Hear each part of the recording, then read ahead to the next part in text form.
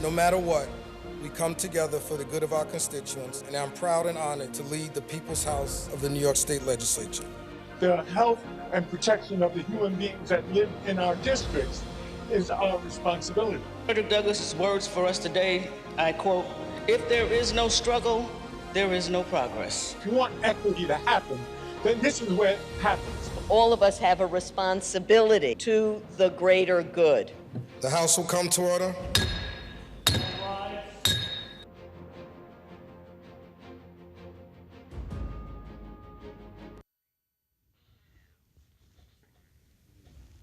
Hello and welcome to Assembly Update. I'm Liz Koenig. Today we have an update for you on the state budget. We'll also be discussing some things that have happened in the 81st Assembly District. And joining me to discuss these topics is our guest, Assemblyman Jeffrey Dinowitz, who represents the 81st Assembly District in the Bronx. Thank you very much for coming in. Well, good morning. Hi. You weren't here last week because the schedule was kind of a little off.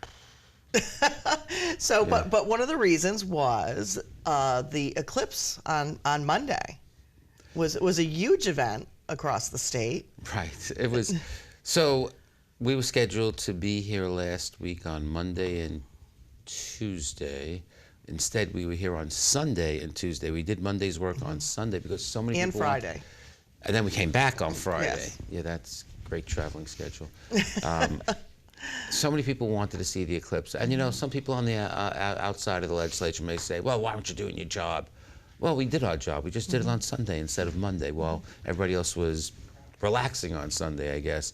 But honestly, to see a total eclipse of the sun is a once-in-a-lifetime opportunity. And as a person who, since I was very little, loved astronomy, the planets, the stars, and all that, I certainly don't want to pass up the opportunity.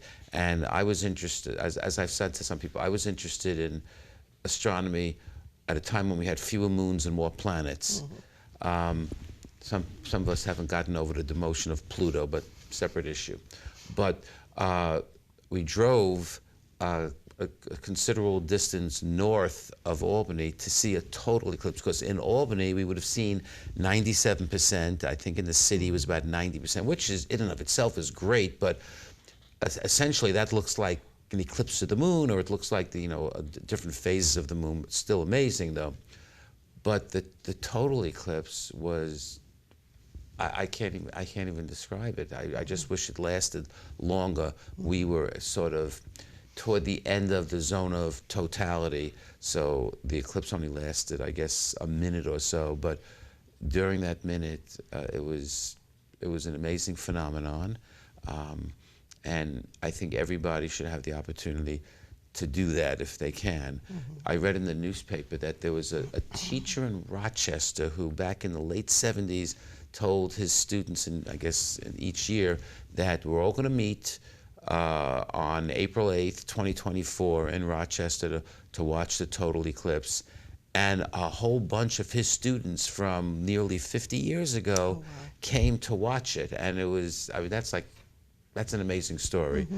But more importantly, I think this phenomenon is an opportunity for learning, for kids in particular, learning about the planets and the stars and the moon and how things work. And I hope that that teachers and that schools took the opportunity to use it to teach. I don't believe that many schools get nearly enough science compared to what they should get. When I went to school, eons ago, it was in the middle of the space race, so that was like a big topic that we learned about. But I don't think that most kids learn that today or really understand all that, and they should. So, yeah, but it was great. That's good. Driving, not so great. But yeah, right. There must have been a lot of traffic. There was, but it was worth it. Yeah, the tourism side of it was also we went to a benefit. A small place in the Adirondacks called Scroon Lake. Some people say Shroon Lake. It's Scroon Lake. I say Scroon because I know how to read. And there's a good chance that I'll never be there again, but it was great. Yeah, it's pretty up there. It was great. I asked one of the, they were directing traffic at the end, and I asked there was somebody from the fire department there, I said, how many people live in this town? And he said, oh, 831. I said, not 830, not 800, 831. I mean, he knew the exact amount, which was great. And I said, gee, this is a very small town. I think we have more than that living on my block. But it's, you know, it's a different place. That just shows the diversity of our state. Yes, absolutely. Now let's move on and talk about the budget. The governor announced recently that there is an agreement, and hopefully by the time we get this aired, we have a budget passed. But there are so many still outstanding details. Let's talk about housing. What is the final agreement as far as housing goes? Well, when the governor said there's an agreement, I think it was, I'm not sure agreement was the correct word, maybe close to an agreement.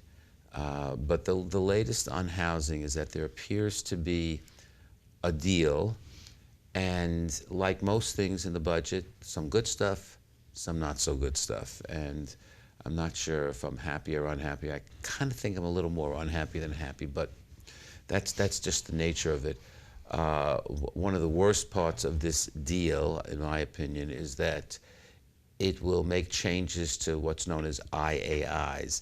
In 2019, when we passed the Housing Stability, the HSTPA, those are the letters, it was major reforms and really the best housing legislation we've passed in a very long time, and it kind of moved the pendulum back toward the middle so that the rules weren't so against tenants.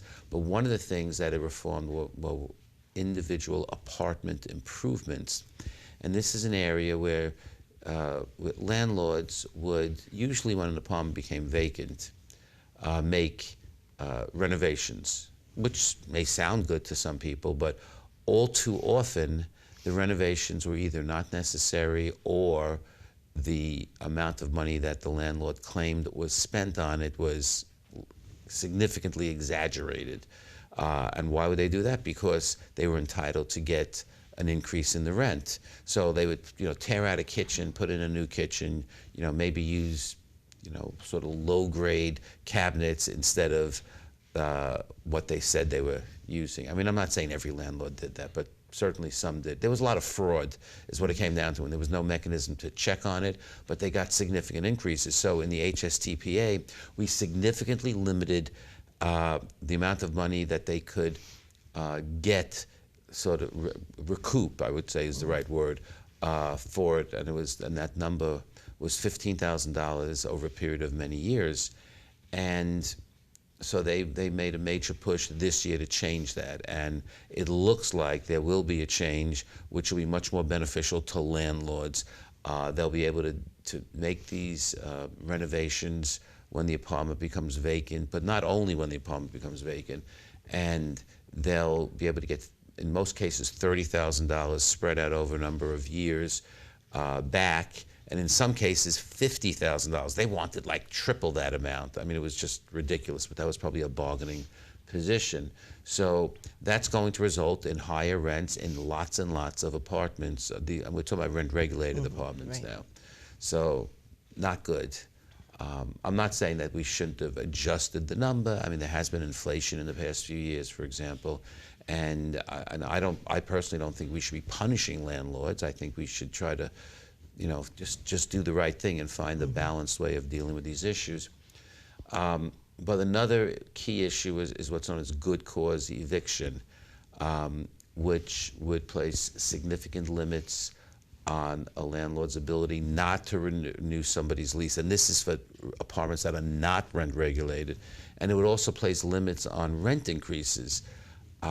And so it looks like the agreement will allow for a very significant number, but not as many as we'd like, of apartments to come under this provision where a person is entitled to a lease renewal unless, unless they're a bad tenant, unless they don't pay rent, and then there are a number of other exceptions or carve-outs, but it still would cover a lot of people. And then rent hikes would be limited, but it would still be much higher than what rent-regulated tenants have in terms of rent increases. And then there'll be other provisions in terms of, I guess, resurrecting the 421A program. I think now it's going to be called 485X. and essentially it's a program to give developers significant tax abatements in order to encourage them to build buildings that contain at least some affordable units. And of course, there's always that question: what exactly is affordable? You know, when I look at the rents on some currently affordable units, I realize that I would have some difficulty paying those rents. So, you know, that's part of the mix. And then there'll be some labor provisions ensuring that, at least in many areas, that the various trades unions, that they get paid, you know, a certain amount of money, which I think is the right thing to do. So that, you know, there's a whole bunch of stuff in there, and nobody seems to be happy with it, which is usually how things turn out when you have a compromise. I know, as I said, I know I'm not happy. So if nobody's jumping up and down for joy, maybe we're doing something good, maybe not. I know yesterday some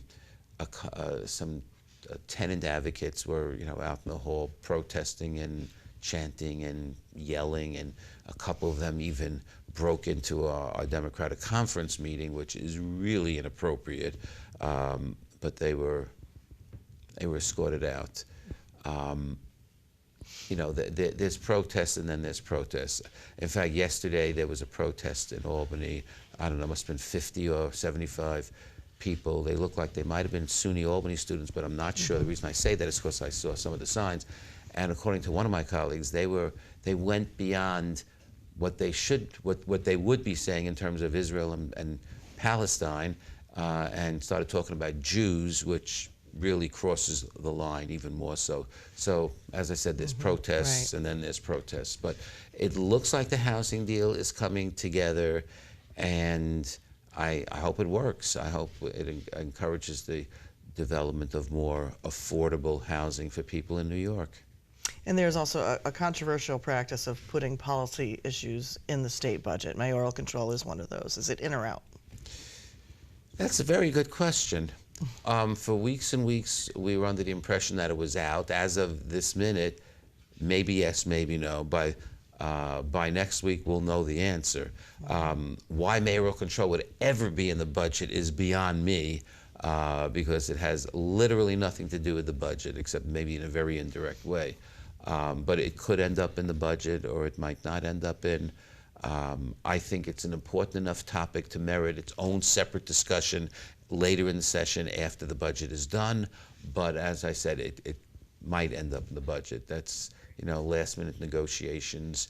And so for this budget, which the governor claims is done, there are things that are not done. Yeah. Well, hopefully in the next few days we will have a completed budget so that we can we shall see. Enjoy the Passover holiday. Thank you so much. We appreciate it. Okay, thank you.